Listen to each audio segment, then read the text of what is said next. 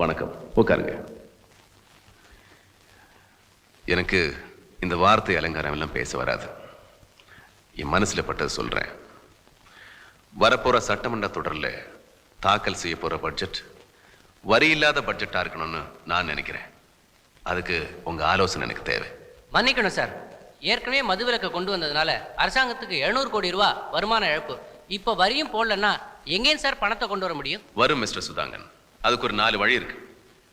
போன வாரம் நீங்க அண்ணா நகர்ல ஒரு இடம் வாங்கினீங்க இல்லையா? அது எவ்வளவுக்கு பதிவு பண்ணீங்க? 50,000 ரூபாய். லட்ச ரூபா தரேன், கொடுத்துறீங்களா? அது எப்படி சார் முடியும்? அதனுடைய ஆக்சுவல் வேல்யூ 10 லட்சம் ரூபாய்.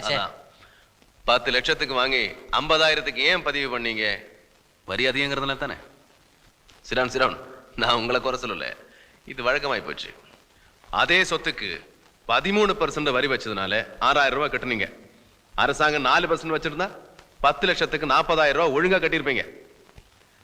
வரியை ஏத்தி ஜனங்க அரசாங்கத்தை ஏமாத்துறதை விட வரியை குறைச்சு ஜனங்கிட்ட ஒழுங்கா வசூலிச்சாலே போதும். இந்த வகையில நம்ம அரசாங்கத்துக்கு 200 கோடி ரூபாய் அதிகமா வரும். நம்ம நாட்டுல பெரிய வியாபாரம் கல்விதான். பணம் உள்ளவன் காலேஜ் திறக்கிறான், இல்லாதவன் கான்வென்ட் திறக்கிறான். மந்திரி காலேஜை திறக்கிறாரு, எம்பி எம்எல்ஏ கான்வென்ட்டை திறக்கிறாங்க. அதெல்லாம் இனிமே நடக்காது. இனிமே நம்ம நாட்டுல மெடிக்கல் காலேஜ், இன்ஜினியரிங் காலேஜ் எல்லாம் தனியாருக்கு கிடையாது. ஏற்கனவே கொடுத்துருக்கோமே சார். அதை எடுத்துருவோம். எடுத்துட்டா செலவு தானே. எப்படி செலவு வரும்? வசதி படைச்சவங்க 10 லட்சம் ரூபாய் தனியாருக்கு தரும்போது 2 லட்சம் ரூபாய் கவர்மெண்ட்டுக்கு தரமாட்டாங்களா? அதனால வருமானம் வரும். அடுத்து மண்ணுக்குள்ள புதஞ்சிருக்கிற கருப்பு தங்கம், கிரானைட், செலவைக்கல், அதுல இந்த அரசாங்கம் கை வைக்கும். இங்கே 600 ரூபாய் விலை கொடுத்து வாங்குற கல்ல வெளிநாட்டில் 50,000 ரூபாய்க்கு விற்கிறாங்க. அந்த வருமானம் யாரோ ஒரு தனிநபர் கணக்குல ஸ்விஸ் பேங்க் அக்கௌண்ட்ல போகுது. விலையை இனிமே பொது ஏலத்துல தான் நிர்ணயம் பண்ணுவோம். இதுலயே 1000 கோடி ரூபாய் வருது சார். அடுத்ததான் நான் சொல்ல போறது என் பதவிக்கே விலை வைக்கக்கூடியது. அதை பத்தி நான் கவலைப்படல. இனிமே அரசாங்க வேலையெல்லாம் கட்சிக்காரன் கான்ட்ராக்ட் விடக்கூடாது, அவன் பினாமி பேர்ல கூட விடக்கூடாது. என்ன, கான்ட்ராக்ட் எடுத்தவன் மந்திரிக்கு 3%, எம்எல்ஏக்கு 3%, இன்ஜினியர், ஓவர்சியர், ஆர்ஐன்னு பெர்சன்டேஜ் கொடுத்து எந்த கான்ட்ராக்ட்காரனா தான் ஒழுங்கா கட்டணம் கட்ட முடியும், ஒழுங்கா ரோடு போட முடியும். அதனால அந்தந்த பஞ்சாயத்து யூனியன்ல படிச்சு வேலை இல்லாம இருக்கிற இன்ஜினியர், ஓவர்சியர் எல்லாமே சேர்ந்து ஒரு கூட்டுறவு சங்கத்தை ஏற்படுத்தணும். அதுக்கு தான் கவர்மெண்ட் கான்ட்ராக்ட் விடணும். மக்களுக்கு இலவசமாவே எல்லாத்தையும் கொடுத்து அவங்கள பிச்சைக்காரனாக்குறத விட அவங்களே வாழ தன்னம்பிக்கை ஊட்டலாம். ஐயா, இந்த அநியாயத்தை கேட்டீங்களா? நம்ம நாட்டை தண்ணி இல்லாத காடா ஆக்கிட்டாங்க. என்னடா சொல்ற? நம்ம சாராய ஃபேக்டரி மூடிட்டாங்க. இந்த சிஎம் கள்ள இறக்க கூடாதுங்கிறான், கள்ள சாராயத்தை காய்ச்ச கூடாதுங்கிறான். என்னங்க நியாயம் இது சொல்லுங்க? என்னடா சொல்ற? நாம கொடுத்த கான்ட்ராக்ட் எல்லாத்தையும் கேன்சல் பண்ணிட்டான். இன்னும் கொஞ்ச நாள்ல உங்க இன்ஜினியரிங் காலேஜ், மெடிக்கல் காலேஜ் அதையும் அவனே எடுத்துக்குவான் போல.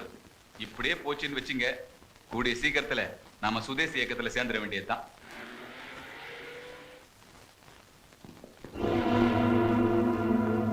சேதுபதி, ரங்காச்சாரி வர்றான். வரட்டும். சேதுபதி,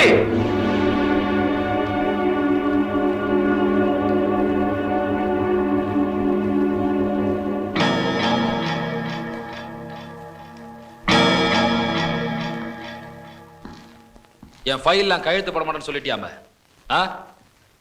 உன் தலையெழுத்துக்கு கையெழுத்து போட நான் தான்றதை மறந்துட்டியா? கையெழுத்து போட ஃபைலோட கிழிச்சு எரிஞ்சிட்டியாம?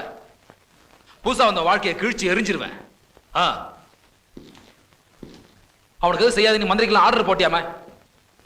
எதையும் செய்யக்கூடிய அந்த ரங்காச்சாரியம் தெரியாது அவனுக்கு? நான் நினைச்சா என்ன நடக்கும் தெரியுமா? மக்களுக்கு நல்லது நடக்கும். மக்களை விடு, உனக்கு என்ன நடக்கும் தெரியுமா? சொல்லுங்க, தெரிஞ்சுக்கிறேன். முதலமைச்சரா இருக்க மாட்டேன். அது எனக்கு ஓட்டு போட்ட ஜனங்க எடுக்க வேண்டிய முடிவு. இந்த ரங்காச்சாரி எடுக்கிற முடிவு தான் மக்கள் எடுக்க வச்சு பழக்கம். என்னோட பணமும் பலமன்ற கூட்டணிக்கு முன்னால எவனுமே ஜெயிச்சது இல்ல, தெரியுமா உனக்கு? மக்கள் செல்வாக்கு இருந்த அவர் முதலமைச்சர் எந்த கூட்டணி அமைச்சாலும் ஒன்றும் பண்ண முடியாது, தெரியாது அவனுக்கு. யாரோ எத்தனையோ கூட்டணி அமைச்சு மோதி பார்த்தாங்க, மோதிரவங்க மண்டை தான் உடைஞ்சது. சேதுபதி, இங்க பாரு, எந்த அரசியல் பாரம்பரியம் எல்லாம் முதலமைச்சர் ஆன நீ மறுபடியும் ரோட்டுக்கு வர போற, மறந்துடாத. ரோட்ல இருந்து கோட்டைக்கு போனவனா திருப்பி ரோட்டுக்கு போறதை பத்தி கவலைப்பட மாட்டேன். நீ வெளியே போ. கட்டின புருஷனுக்கு சோதனை வந்தா எல்லா பொண்ணுக்கும் கண்ணீர் வரும். எனக்கு வருது. ஆனா அது ஆனந்த கண்ணீர். பொழுது போன அந்த நாட்டில் வெறுக்க எறியக்கூடாது. இந்த நாடே எரியும்.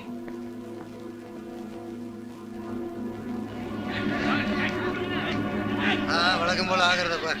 எஃப்ஐஆர்ல பூனை தள்ளி அறிக்கையில் லைட்டு போட்டு 500 குடிசைகள் சாம்பல்னு போடு. அப்போ ஜனங்களுக்கு பாதுகாப்பு? நாளைக்கு இதே இடத்துக்கு அரிசியும் புடையும் கொடுக்க வருவேன். அப்ப எனக்கு பாதுகாப்பு போடு. போதும் போ. Yes sir. நல்லா உழைக்கிறான்.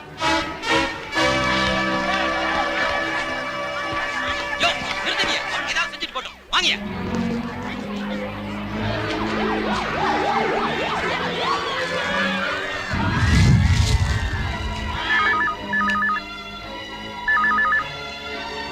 ஹலோ, நான் கஸ்தூரி பேசுறேன். சிஎம் அங்கிளா, எங்க குடிச்சிங்களா கொல்லிட்டாங்க. போலீஸ் ஸ்டேஷனுக்கு ஃபோன் பண்ணியாமா? போலீஸ் வந்து வேடிக்கை பார்க்குது. உடனே வாங்க அங்கிள்.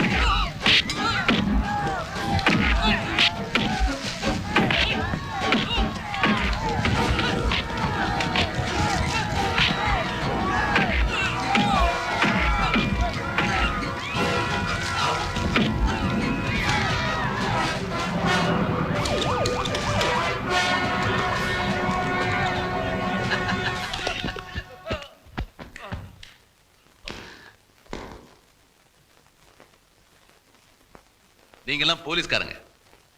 உங்க கடமை உணர்வை பார்த்து எனக்கு ரொம்ப சந்தோஷமா இருக்கு. ஏன் தலை குனிஞ்சிட்டீங்க? நான் தான் தலை குனியணும். போலீஸ் இலாக்கா என்கிட்ட இருக்கிறதுனால எனக்கு ஓட்டு போட்ட ஜனங்க முன்னாடி நான் தான் தலை குனியணும்.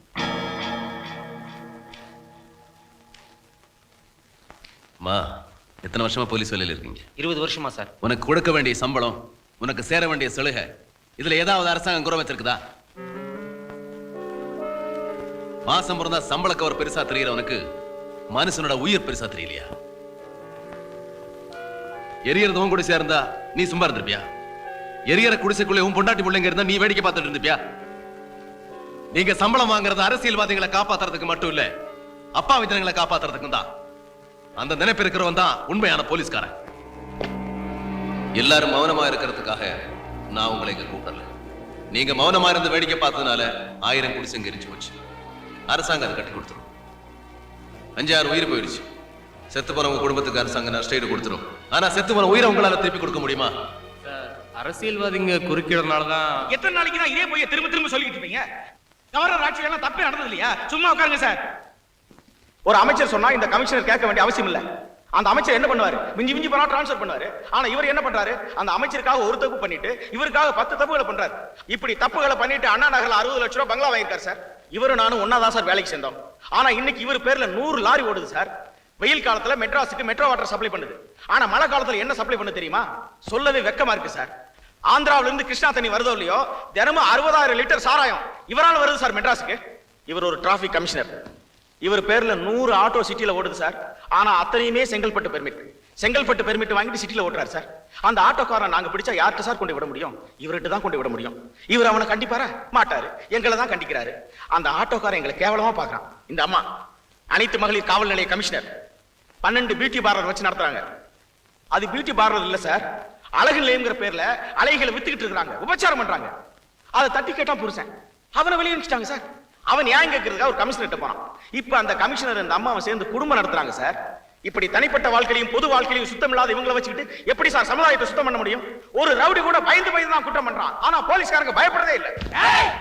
சும்மா மிரட்டாதீங்க. நான் இங்க பேச ஆரம்பிக்கும் போது இந்த வேலையை மட்டும் இல்ல, என் உயிரை விட தீர்மானம் பண்ணிட்டு நான் பேசவே ஆரம்பிச்சேன். சார், குற்றத்தை தடுக்கிறது எப்படின்னு குற்றவாளிகிட்டே கேட்கறீங்களே, எப்படி சார் இதெல்லாம் முடியும்? வர வர இந்த காக்கி சட்டை போடவே ரொம்ப கேவலமா இருக்கு சார். கார்பரேஷன்ல குப்பை கூட்டுறானே அவன் போடுற காக்கி சட்டை எவ்வளவோ மேல் சார். போலீஸை பிறக்கிறத விட போலீஸ் நாயை பிறக்கலாம் சார். அதையாவது டேமிங் சீசன் மரியாதையை பேர் சொல்லி கூப்பிடுறாங்க. ஆனா ஜனங்க எங்களை நாயன்னு கேவலமா திட்டுறாங்க சார். இதெல்லாம் நான் ஏன் சொல்றேன்னா உண்மையான உள்ளத்தோட இந்த நாட்டை திருத்தணும்னு நீங்க வந்திருக்கீங்க, அதனாலதான் சார்.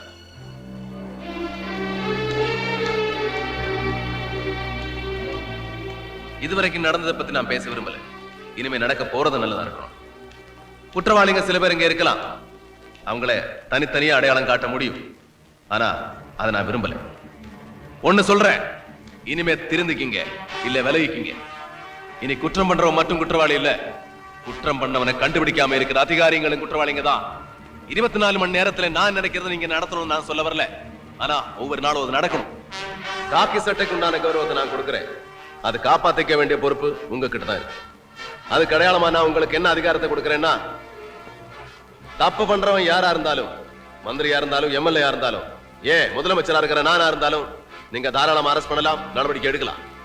இது நாட்டு மக்கள் என் பேர்ல வச்சிருக்கிற நம்பிக்கை மேல சத்தியம்.